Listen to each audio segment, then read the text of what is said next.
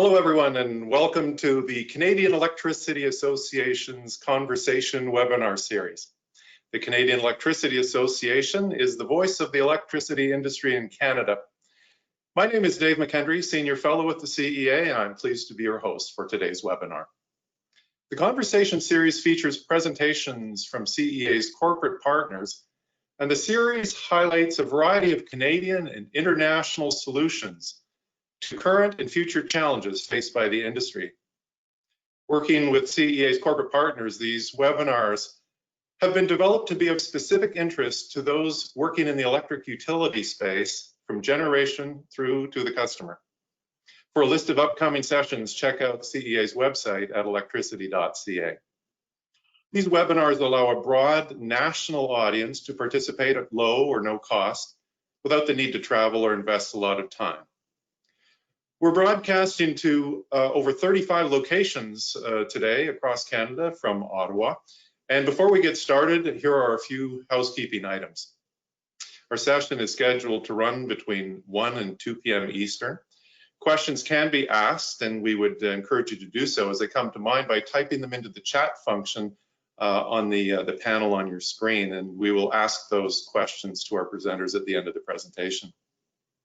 We'd ask that you please set your devices to mute, and a brief survey will be sent to webinar participants following this session today.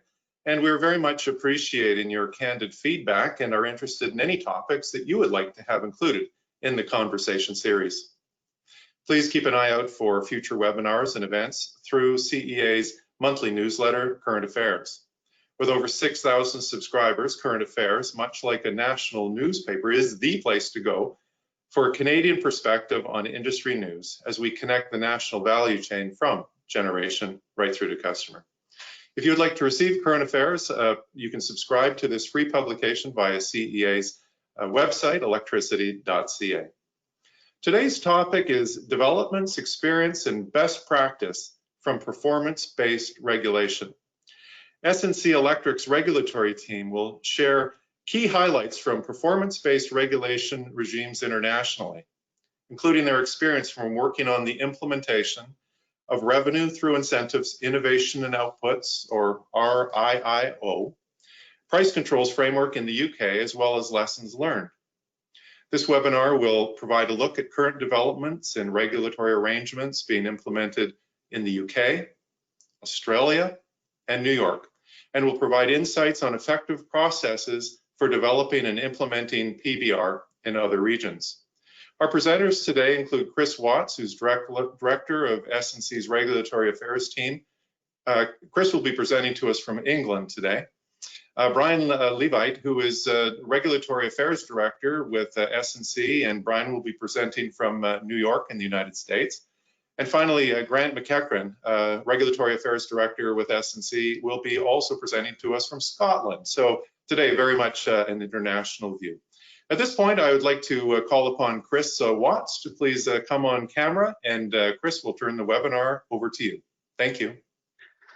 Thanks very much, Dave, and thank you all for joining us. It's a pleasure for us to speak to you all today as part of this webinar on performance-based regulation.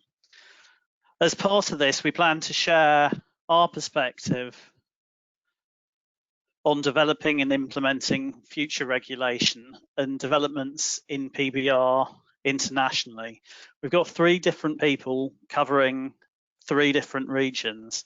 Firstly, I'll present on RIIO-2 in Britain, one of the leaders in performance-based regulation, and then Brian will discuss the US, which is a much more complex picture with leaders and laggards. And Grant will discuss Australia and New Zealand, which are also great case studies because of the range of approaches they're using. Grant's going to also pull our learning together and introduce you to some of the work we're doing on best practice and a process to support regulatory change. Oops. First, as an introduction to S&C, S&C has a unique perspective on market and regulatory developments, as we have a presence in many countries internationally. We have a good understanding of the energy system transition through our involvement in work in the UK on the evolution of distribution system operator roles, and also through our work on non-wires alternatives in North America.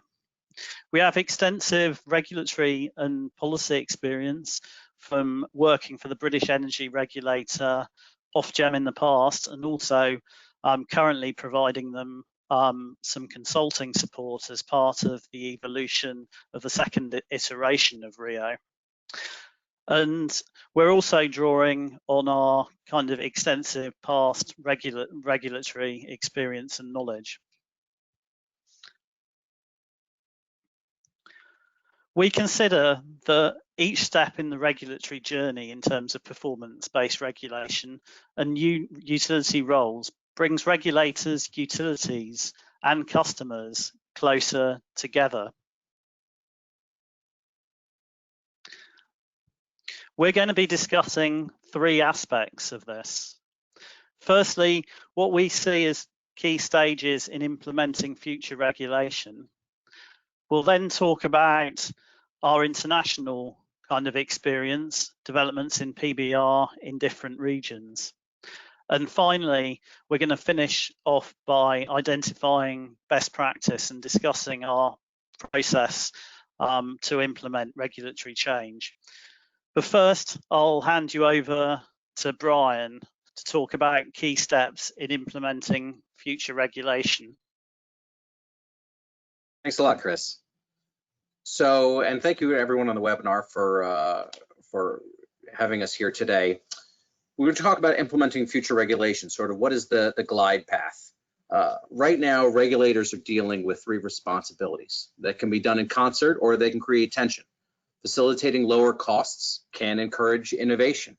It could also stymie it. Innovation can create benefits for sector transformation, or it can distract from that goal. And of course, sector transformation may create cost savings, but at least some of the aspects of this transformation are going to cost real money. The trick is getting these three responsibilities happening in concert with each other so that each one supports the next. So I'd like to briefly walk through the evolving methods regulators are using to achieve this balance. So right now, we're typically in most provinces in Canada, we're using cost of service regulation. It's designed to ensure that utilities can recover their costs and make a profit on their investments while keeping this in balance with customer interests. The cost of service approach has two real problems. First, it keeps utility profits tied to infrastructure investments, as opposed to improving performance outcomes for customers. Those two aren't always the same thing. While utilities and regulators strive to improve performance, utilities can't really make more money by doing an excellent job in various areas of performance by extending the services they provide to customers. The second problem is the cost of service regulatory approach tends to undervalue new technologies, such as advanced controls and distributed energy resources. Utilities know they can get a rate of return approval on traditional technologies, but proving the long-term value of new technologies is more difficult. So the solutions are often not leveraged to the extent they probably should be. So if our goal is to have a system optimized to deliver the best possible service while taking advantage of new and innovative solutions, cost of service regulation really isn't designed to get us there today. So a next step would be adaptive rate making. Provinces are looking to ameliorate the situation, the problems of cost of service by using targeted regulatory changes to engender grid transformation. We typically call this adaptive rate making. This could include narrowly tailored and performance-based incentives. Specific incentives or penalties associated with performance in a particular area. So right now, these are typically focused on operations, maintenance costs. Alberta and Ontario are good examples of this approach. Alternative rate making could also include mechanisms to compel or incentivize the use of non-wires alternatives. Measures aimed at deferring, mitigating, or eliminating the need for traditional wires investments in utility transmission and distribution grids. When we go a step further and we think, okay, adaptive rate making has worked well, or we want to go right into a more aggressive approach, we get into performance-based regulation. So where adaptive rate making is successful, it can be applied more broadly, and we call this performance-based regulation. So PBR, as we call it, alters the profit incentive for utilities away from capital investments toward meeting performance objectives and improved efficiency. The metrics used could cover anything, but typically include things like reliability, customer satisfaction, safety, carbon footprint reduction, and fostering transportation electrification. Now, PBR can get a little tricky because it can alter the traditional utility regulator compact that exists, where utilities are guaranteed a profit on their investments. Not every utility is keen to bet their bottom line on their ability to meet new targets. PBR also requires regulators to start picking winners and losers when it comes to certain outcomes and goals. Does society prioritize a clean grid or a reliable one? Does it want low rates or an evolution to a more advanced grid? These are questions being discussed by legislators and regulators, while utilities and interest groups lobby for the answers they want. The keys to successful PBR seem to be engaging utilities in a broad range of stakeholders early, so they can have input into the targeted outcomes, which metrics to measure, and what's feasible in each. Also making performance metrics and incentives crystal clear to avoid confusion. Avoiding having too many metrics because that's going to dilute the impact of each one. And finally, understanding that PBR is iterative. It requires feedback and changes in future periods. You're going to hear more about these themes later as we get into our country updates. But first, I just want to talk about what we kind of see as the final stage of modern electricity regulation, which is the distribution systems operator model. This is really a shift in the role that utilities play in the energy market. So right now, we've got two competing pressures. First, utilities are being expected to deliver increasingly consistent system reliability and expand the kinds of generation and loads the distribution grid can handle. At the same time, distributed energy resources, demand-side management, and ancillary services are giving third parties greater opportunities to engage market around energy solutions. The DSO is asked to manage the grid, but also operate a platform by which these third parties are able to exchange energy services directly with each other. Most importantly, this model is set up so that providing the service is how the utility makes money, as opposed to just being an additional requirement or set of requirements tacked on to a cost of service model. There are challenges in transitioning to a DSO model. The first and most obvious is enhancing the regulatory compact, so utilities are able to earn money from their new roles as a DSO, and it doesn't become like an unfunded mandate. PBR can be a healthy way to shift that focus over time and smooth the transition. The second challenge is ensuring utilities have the infrastructure and technical capability to play this role. Forward-looking integrated resource plans and adaptive rate making really help lay the ground for this. Finally, the DSO model requires a robust market of third-party solution providers to bring generation, energy storage, and demand response to the table. And utilities are going to play a key role in facilitating the development of these markets. An established non-wires alternative program, for example, is going to help the market grow to the point that it can scale up to meet the needs in a new DSO scenario. So we talked about the ways that the electricity models are evolving. As Chris said, we now want to share examples of how this is going on around the world. So Chris is going to start by sharing the experiences in Great Britain. Thanks very much, Brian. Yeah, so as Brian's saying, we're now going to move on to looking at kind of a range of jurisdictions and the experiences there, starting with the RIIO model in Great Britain.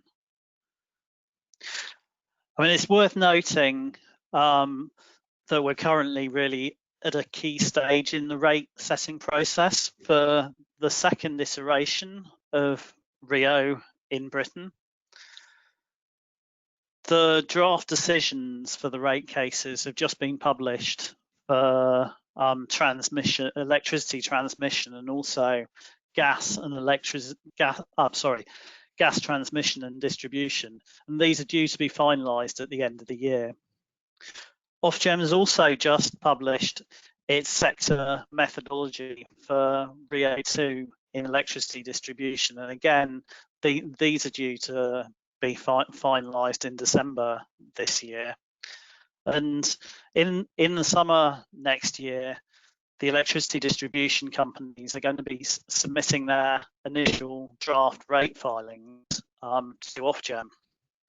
In the discussions we're seeing in relation to each of these, there's a strong sense in which the urgency of moves towards a low carbon energy system are increasing. And as part of this, there's a strong focus on the British government's net zero carbon emissions target for 2050 and the Scottish government's equivalent target, which is set earlier for 2045. In RIIO-2, the involvement of stakeholder and customer groups is being stepped up considerably, really recognising that a much broader range of stakeholders wish to get involved with the extensive kind of penetration of DERs, the move towards electrification of heat and transport. Each of the electricity transmission and distribution companies have put in place customer engagement groups, and these really have several roles, partly to challenge the utilities draft rate filings, also to verify that stakeholder input has properly been taken into account, and also to provide their inputs and suggestions in terms of how the rate filings can be improved before they're even submitted to Ofgem. The utilities themselves are using quite a broad range of approaches to engage with customers and wider stakeholders. And these include methods such as workshops, detailed focus groups, in-depth interviews, and also testing out key elements of their plans with stakeholders and seeing whether they need to be refined. One of the innovations in RIIO-2 is also now that Ofgem has its own challenge group, and that really has a dual role, partly to challenge the utilities filings, but also to provide a challenge to Ofgem itself in terms of policy development.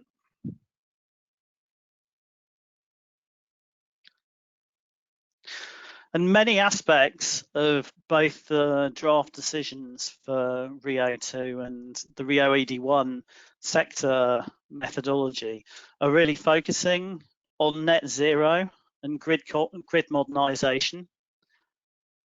In this context, it's worth highlighting that there's been very rapid growth in distributed generation in the UK over the last 15 years, from hardly any distributed generation being connected to the network 15 years ago to nearly 30% of total British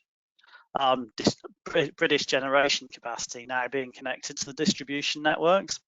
And we expect this to continue with a broad consensus in the UK on the need for a green recovery. We're also expecting to see a rapid shift towards electric vehicles, with up to 12 million electric vehicles on the road by 2030. And more than 23 million homes will need low carbon heating to meet the net zero emissions targets. Ofgem acknowledges collectively that these factors are likely to lead to a significant increase in demand. And as a result of that, there are changing network needs. Both the utilities and Ofgem recognise the need for key enabling investments to support the energy system transition. And these include areas such as investment in greater visibility of the medium and low voltage networks, investment in advanced protection and controls, and also investment in platforms for non-wires alternatives.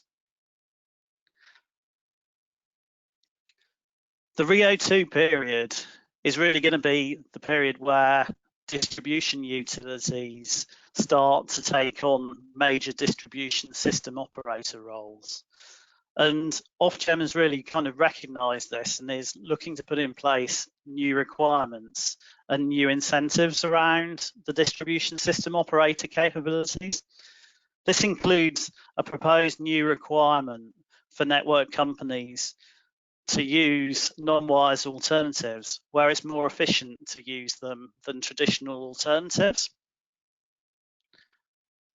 There's also a continued focus on maintaining and improving world-class reliability. Ofgem's planning to retain the interruption incentives and is noting that they may need to increase given the importance of reliability in the smart energy system. As part of this, they're intending to place more focus on momentaries and are proposing a minimum standard in this area. They're also recognising the need for strategic investment, and this really means kind of looking out at network requirements over a longer time horizon out to 2050, rather than the continued incremental approach to investment that's been done in the past. However, it's also recognised that there are inherent risks around this because of the uncertainty of timing of the need for investment. As a result of this, Ofgem is putting in place a new framework for strategic investment, which is making extensive use of incentives and uncertainty mechanisms. For investment where there's strong justification and clarity of timing, baseline funding will be allowed. But this baseline funding will be adjusted using a new net zero adjustment mechanism for major strategic investments. And examples that have already been put forward for these types of investment include a major motorway electric vehicle charging network, and also a major high voltage DC project off the east coast of England to connect offshore wind. Ofgem's also maintaining the focus on innovation funding and targeting this more at the energy system transition. They're proposing over 630 million in new innovation funding for the RIIO-2 period. And finally, Ofgem is retaining a shared savings incentive for total expenditure to maintain the incentives to drive efficient costs. However, it's reducing the strength of those incentives. And it's worth noting that the first three of these are really targeted at net zero and uncertainty around the resulting patterns of demand and generation. The final mechanism focused on total expenditure really looks more broadly at this, but is also a kind of key factor in driving efficiency of delivery of the low carbon transition. So I'll now hand you back over to Brian at this stage. Thanks, Chris. So I'm going to talk a little bit about what's going on in the United States. Now, obviously, the U.S. has a pretty different regulatory environment for every state and territory. It would be difficult to get into specifics around every single one of their experiences.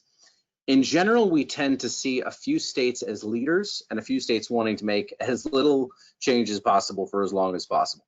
The bulk of states, though, are what I call wait and see states. They're basically tracking the experiences of more progressive states and incorporating what they see working and avoiding what they see not working or think that won't work for them. So today I wanted to highlight some trends that we see in either progressive states or filtering into the wait and see states. Those are basically clean energy targets, electric vehicle infrastructure, performance regulation, and clarity around DER and microgrids. So a great example of a policy well into the wait and see states is renewable portfolio standards. 34 states now have these standards in place, but that's old news. What's more recent is the fact that many of these states have been updating their targets to address the fact that the state is either ahead of their goals or that market and technologies have made much more ambitious goals possible. Enough progress has been made, in fact, that 13 states and more than 200 cities have committed to 100% clean energy by some date, usually between 2040 and 2050. While many of these targets don't really have binding teeth behind them right now, we believe that the economic recovery efforts after COVID are going to lean heavily into spurring investments into a cleaner, more cost-effective energy system. Next is a strong focus on electric vehicle infrastructure. Regulators in the U.S. are working hard to remove barriers for this emerging market. While residential use of EVs is growing, the tip of the spear here is definitely going to be fleet vehicles. Companies like IKEA, Lyft, Unilever, they've all joined this EV 100 initiative, pledging to move to 100% electric fleet. Other firms such as DHL, Amazon, and AT&T have committed to accelerating their transition to electric fleet vehicles. Amazon has ordered 100,000 electric delivery vans, and the U.S. Postal Service is planning for its next generation of mail truck to be all electric, an order that it's expected to start at about 200,000 trucks. Industry experts expect this centralized off-peak charging to be both a potential opportunity and a challenge for utilities. In June, California adopted the Advanced Clean Truck Regulation, requiring manufacturers of commercial vehicles to start selling electric trucks in 2024 and to sell only electric trucks in California by 2045. So trucks account for about 70% of vehicle air pollution in the state, despite numbering only 2 million of the roughly 30 million registered vehicles. The California Air Resources Board claims that this first of its kind rule will actually lower related premature deaths by 1,000 per year. In July, New York announced a package of clean transportation initiatives titled the EV Make Ready program. Most of the funding is going to be directed to utilities for the deployment of EV fast charging stations to alleviate range anxiety and accelerate the EV market. There will also be additional support for fleet transition in the form of innovation prizes aimed at specific goals like environmental justice. In June, the governor of Florida signed a law directing the Public Service Commission to develop a plan for EV infrastructure in the state.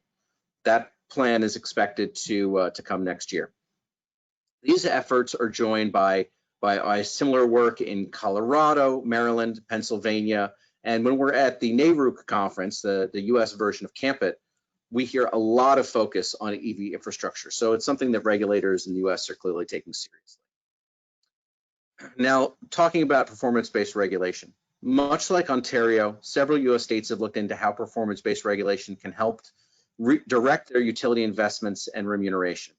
There really isn't a solid trend here, as states are coming to very different decisions around whether this is needed and what form it should take.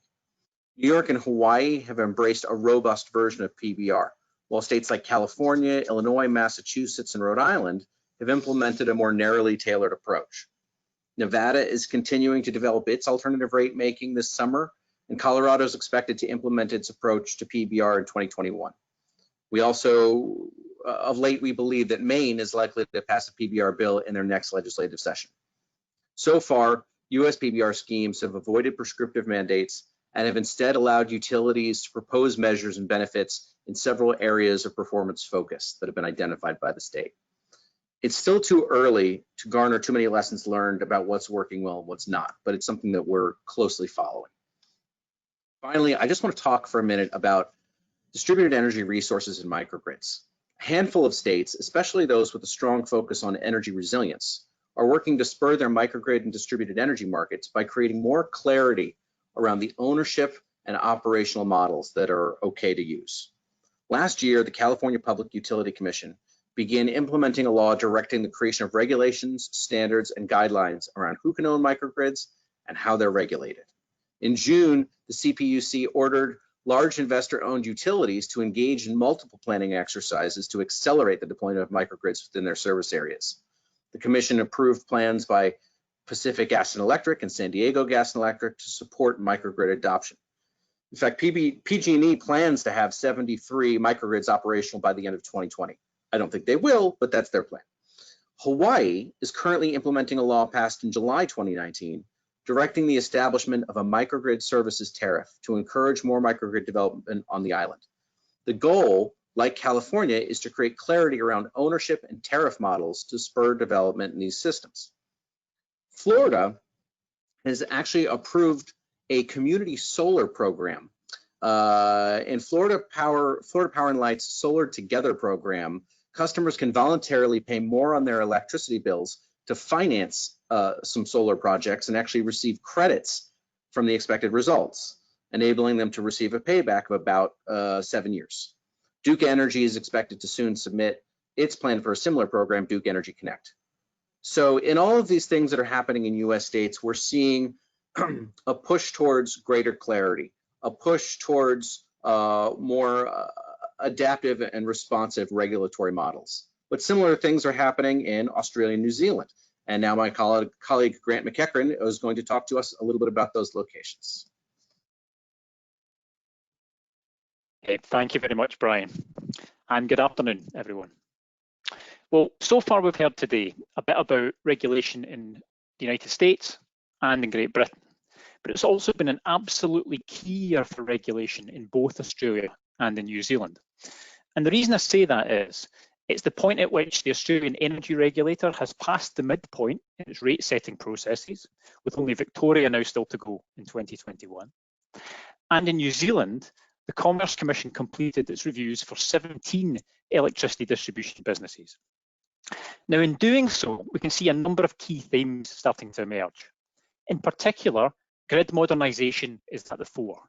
Both regulators are grappling with ways of encouraging it in the States and making sure that it can develop effectively. Reliability is also a key theme, and in fact, the two are interrelated because they're looking at the extent to which a reliable network, including in the short term, is in place to ensure the success of the energy transition. And thirdly, affordability remains a key issue. The issue is that consumers should get good value for their money. So looking at how we're getting this messaging and looking what impact it's having, a key issue to look at is stakeholder engagement. Now, traditionally, stakeholder engagement was looked very much as a narrower focus, the relationship between a regulator and the companies. And it was done in very narrow ways as well. So traditionally, you had things such as consultations and workshops were the key tools for engaging with parties. But that is changing, and changing significantly. And the reason being that with the growth in different types of energy, with the energy transition, we're seeing a lot of other parties entering the market, interested in having their views heard as part of these processes. And one issue or one approach I do want to draw your attention to is this new reg process, which is a particular process being trialled by one distribution business, so by AusNet Services, in the state of Victoria in Australia. And the reason I think it's important to highlight is at the heart of that process is a customer forum. Now, this is the idea that bringing a group of well-educated, insightful individuals right into the heart of the process, negotiating the package with the company in advance of it going to the regulator, creates a completely different interaction, a completely different dynamic between parties. And is an approach that's resulted here so far in some potentially 5 million savings or 500 million savings to consumers, has resulted in some brand new customer initiatives being proposed, and has also resulted in some specific proposals in relation to reliability. So it's a brand new way to kind of take forward the interaction with stakeholders. And one area this is particularly relevant for is grid modernisation. Now, the reason it's key for grid modernisation is, I say, you're getting a whole range of different parties engaged in the debate. And when we look at grid modernisation, we see that in Australia and in New Zealand, they're grappling with many of the same issues. They recognise the importance of DER and that the pace of its development will only increase over time. They recognise that tied to that is the need for companies to be able to invest in their networks. And they recognise, as I mentioned before, that reliability will also be key to its success. Now, the way it ultimately develops will vary from location to location. Indeed, we can see that even within Australia. In Queensland, there's a much greater focus on solar. Now, that's due to some historic factors, but it's really driving the state and the state government to focus on that as their kind of primary objective. You see something slightly different happening in New South Wales, where there's more of a focus on electric vehicles, particularly in Sydney. And in the Northern Territories, you see a focus on the impact it will have on remote communities and starting to look at microgrids and their potential role. But in addition to that, there are also things that are crucially different as well, and it can be due to state or territorial policies, but it can also actually be due to the drivers of the regulator themselves. so what the regulator's seeking to achieve. But regardless of any differences, the one thing that is really stark and is important to highlight is that the position that's being taken by regulators in terms of how they adapt and the mechanisms they put in place to encourage developments are actually fairly consistent. And this takes us to the issue of incentivization. And when we're looking at incentivization, we're looking at a number of different mechanisms that have been put in place. The first one I wanted to highlight goes to the heart of the affordability debate, and that is sharing cost efficiencies. So the idea that if companies can make genuine efficiencies in their decisions, their investment decisions, they get to keep some of those, and indeed they share some with their customers. Now, there's different ways of doing that, as Chris has already demonstrated in Great Britain. You can have a total expenditure approach, but also you can actually separate out operating and capital expenditure, as they are still doing in Australia. The second one I wanted to highlight is in relation to reliability, a key, absolutely key theme. The issue here being, as we said before, if you really want to drive the energy transition, you need a reliable network behind it. And incentives are actually well established in Australia and New Zealand. The ones in New Zealand are actually in many ways quite similar to Great Britain, focusing on asset health and encouraging investment at the right time by the companies. The ones in Australia have gone further, and further in particular in two areas. One, they recognise that there's differences between how customers value reliability. It can differ between residential customers and business customers. It can differ between urban areas and rural areas, and that's built into the incentive mechanisms. The second difference is in relation to short or momentary interruptions, which are specifically incentivised in the state of Victoria. Now, this is a development that they're starting to look at in Great Britain, has been signalled in RIIO2, and they're starting to look at, the Commerce Commission are starting to look at in New Zealand. So it's a watch this space, but certainly an area that is developing in regulation. And the final one I would highlight is innovation incentives. Now, nothing startlingly new here, but what is different is whereas they've had this demand management allowance in Australia for quite a period of time, it's the way it's being used that's changing.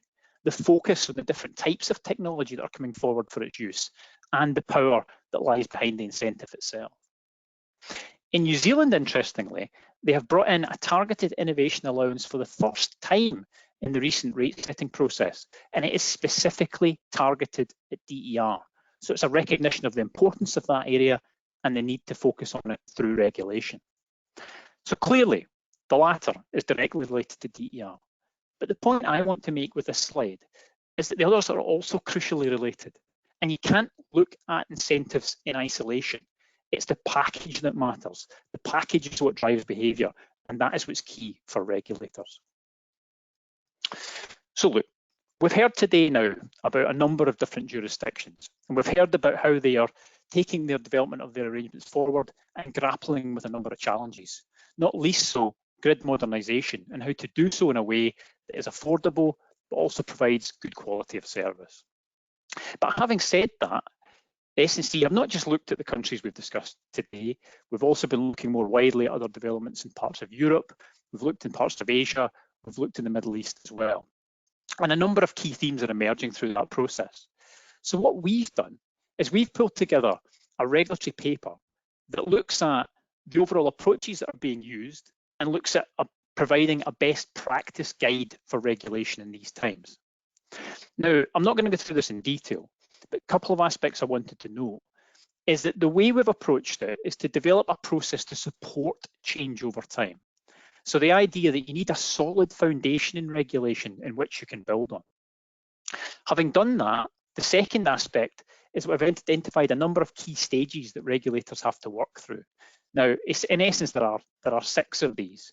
They are not set in stone, and that leads us to the third point, that actually it is absolutely critical to recognise that no two jurisdictions are identical. All are different in some way, and therefore it's important to recognise that one size does not fit all. Now, as I said, I'm not going to talk about this in detail, but I'm just going to very quickly cover 3 key themes. The first one, it's important to keep it simple. Now, this means focusing down on the real key priorities in your jurisdiction. What do you want to achieve and when? And also the approach to achieve it, keeping the bureaucracy to a minimum. Now, why is that important? Well, we've seen in a number of jurisdictions that complexity can actually drive you in the wrong direction. It can undermine confidence in the arrangements, and it can lead to perverse outcomes. We've seen this in Great Britain, and one example here is when they introduced fast tracking in RIIO-1. This was a process of moving quickly through the price control process and ending rate setting early for some companies. But it was overly complicated, it was difficult to manage, and it led to potentially some companies being rewarded too much, so it was removed.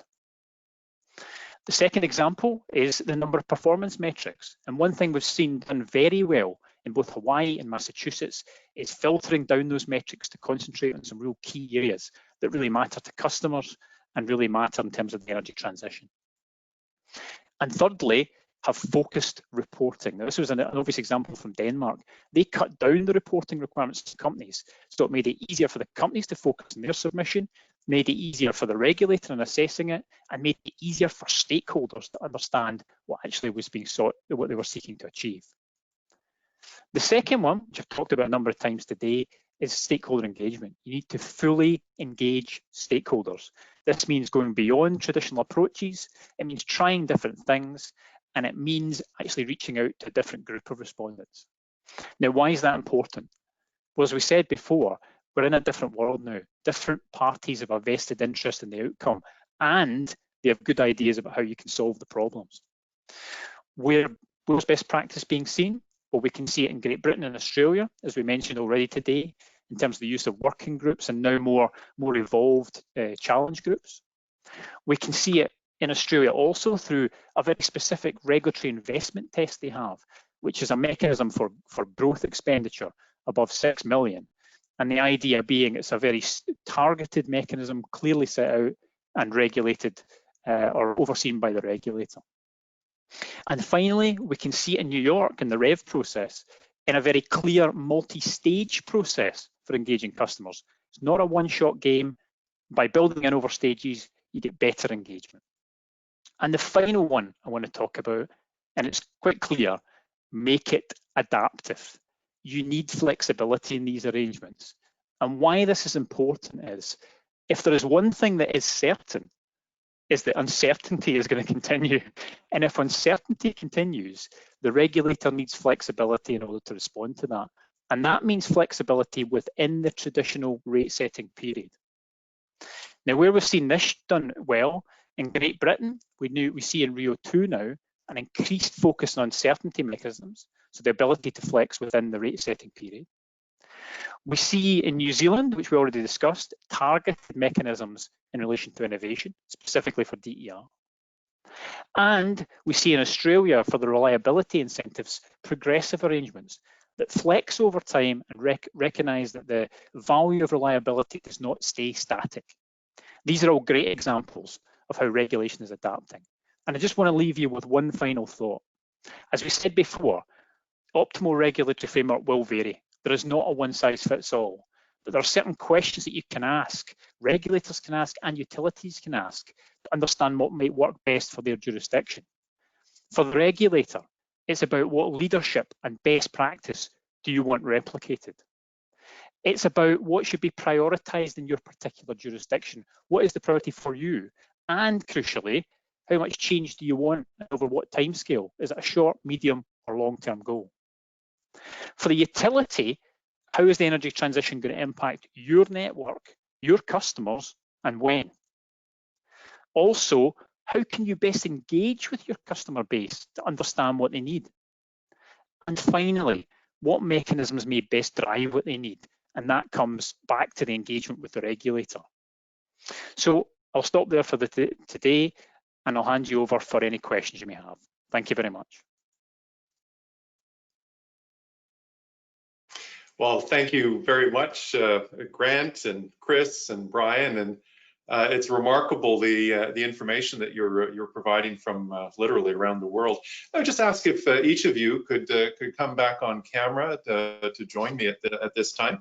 A reminder: Chris was coming to us from England, Brian's coming to us from the United States, and Grant's coming to us from Scotland. And their knowledge is obviously on display here. We will now open our session up for questions, and if you'd like to do so, please just tap your question into the chat, the question panel on screens, and we'll get to those items. Gentlemen, I did make note. Wow, we heard today about customer consultation is just increasing in various locations around the world.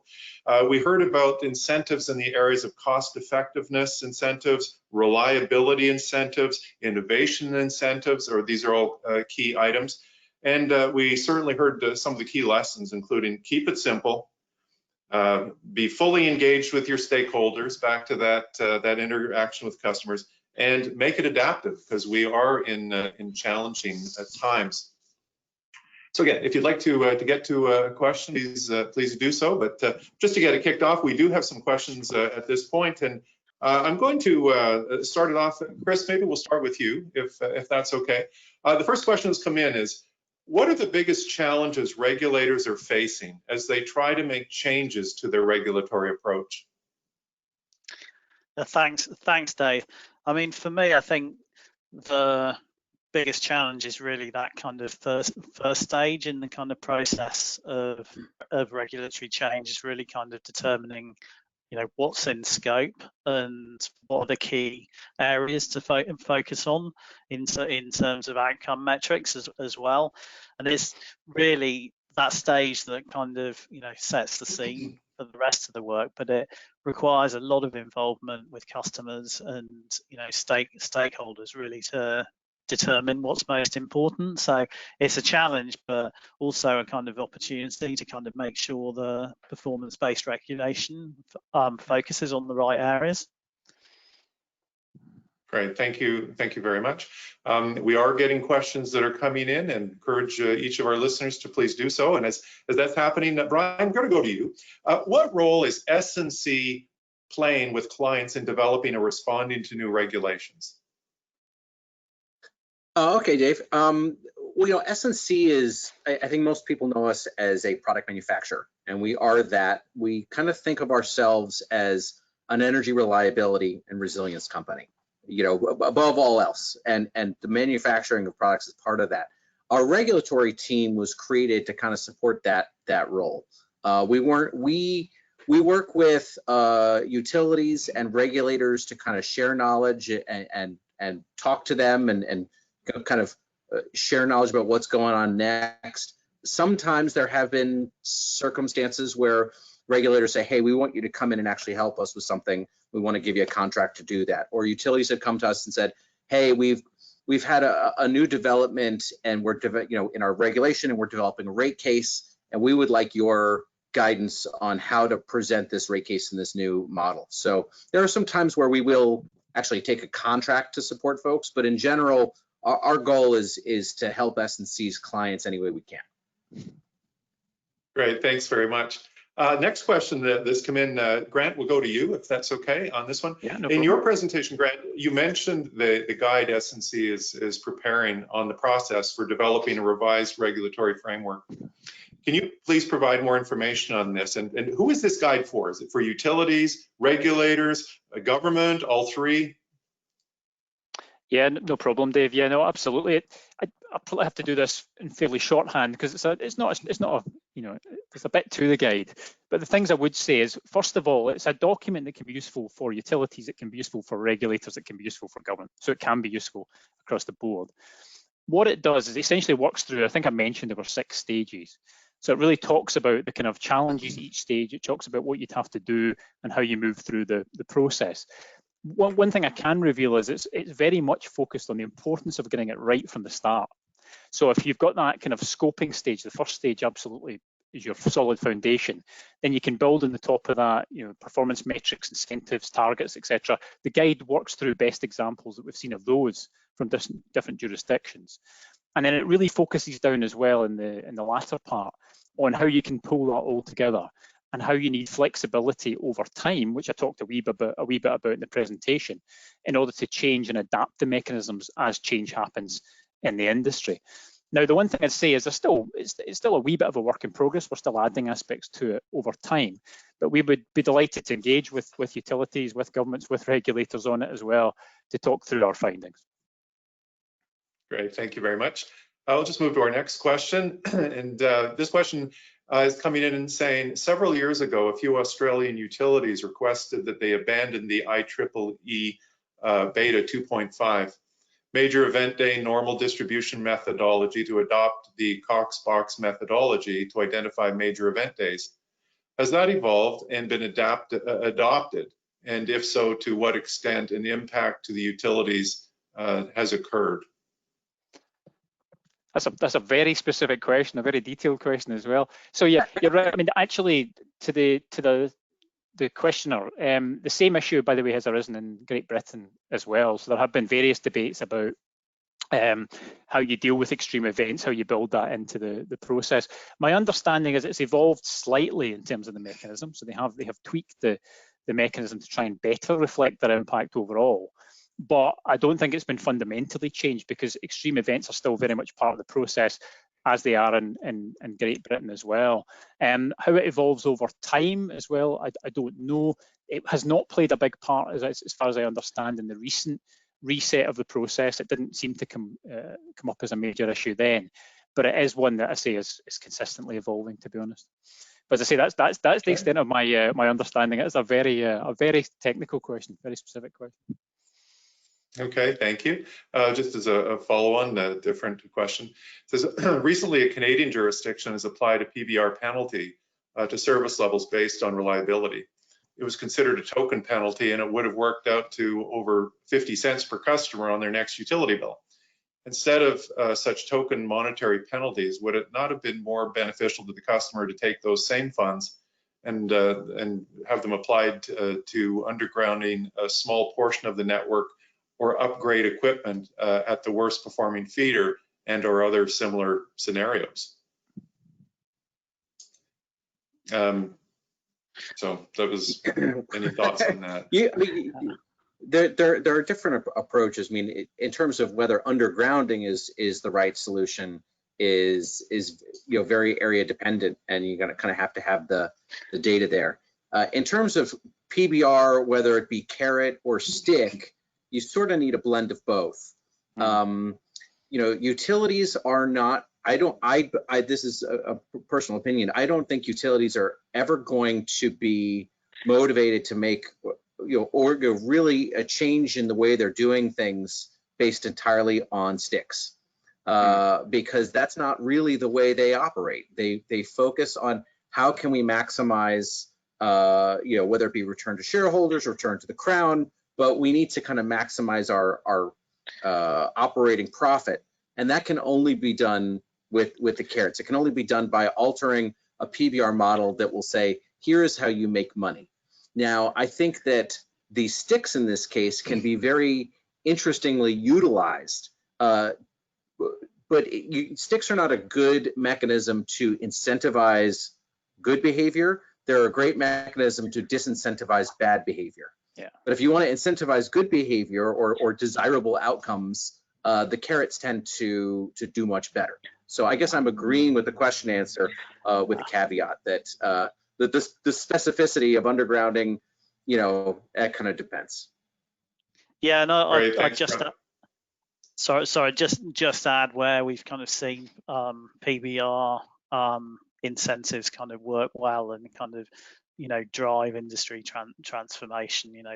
For example, in kind of Britain and Australia, it's typically been a mixture of rewards or carrots and sticks, as well as there being kind of funding for performance improvements. So I think the risk with kind of penalty only type regime is it kind of drives behavior of kind of maintaining the current level of performance, but it doesn't really kind of drive kind of further improvements.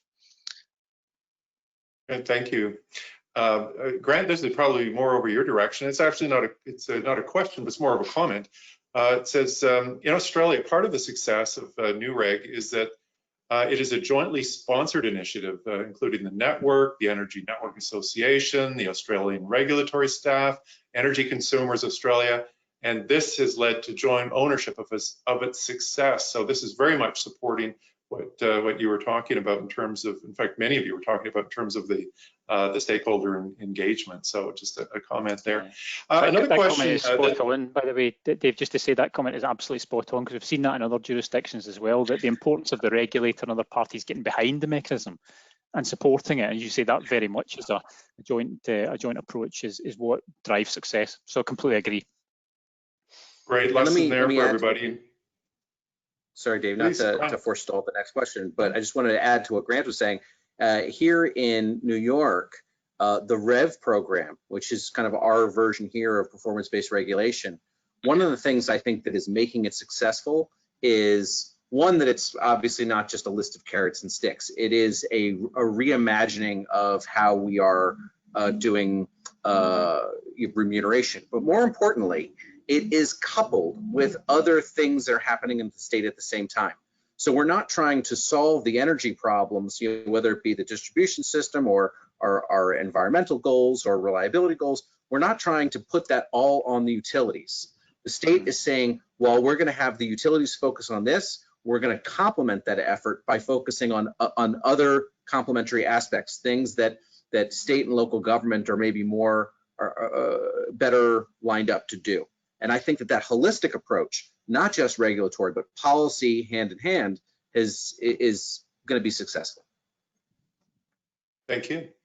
Next one. Are you aware of any customer consultation forums? We're talking a lot about engagement with customers and whatnot. Have there been any customer consultation forums with utility customers on applied utility penalties? If so, what are the results of those consultations, and do customers want the utility to be penalized? It depends on who you speak to be honest, actually. I mean, you always get a range of views in any process, and there are certainly and I can say Britain as an example for this.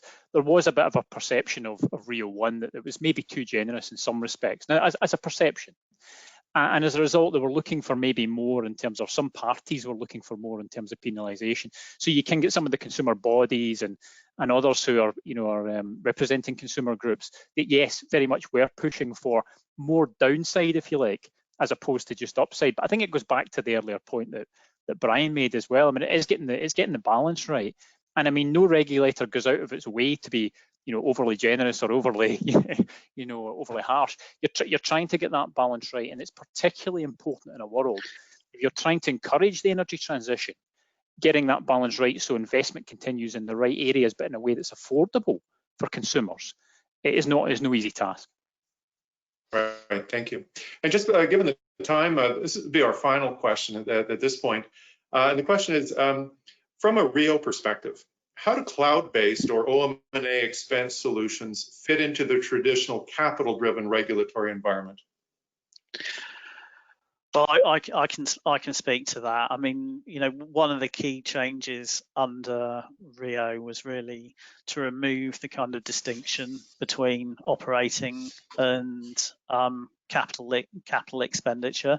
So, companies under Ofgem, what it calls the total expenditure approach, can earn a return on operating cost type solutions as well as on capital investment spend. So we have actually seen a kind of response to that in a number of ways. And the example of sort of cloud-based solutions is a good one. We've seen utilities kind of move increasingly in that direction, but it's also changed the balance between kind of asset replacement and spending on kind of maintaining and refurbishing assets as well. So that's definitely been one of the advantages of the total expenditure incentives. Great. Well, thank you. We are approaching the top of the hour, so we'll draw our time together to conclusion. So with that, we'd like to certainly thank S&C Electric and the expertise that each of you, Chris and Brian and Grant, are providing to our audience today. So to our viewers, we'd like to ask you to please mark your calendars. Our next conversation series webinars will be held on September the 8th. Opus 1 will be speaking how non-wires alternatives help Nova Scotia Power weather the worst of Hurricane Dorian. And on September the 10th, Hatch Limited will be speaking to electrical distribution grid continuity given COVID. If you haven't yet registered, you can do so by going to CEA's website, electricity.ca. In closing, I'd like to again thank each of Chris and Brian and Grant and each of you today for joining us. This concludes today's conversation webinar, and we'll talk to you next time. Bye for now.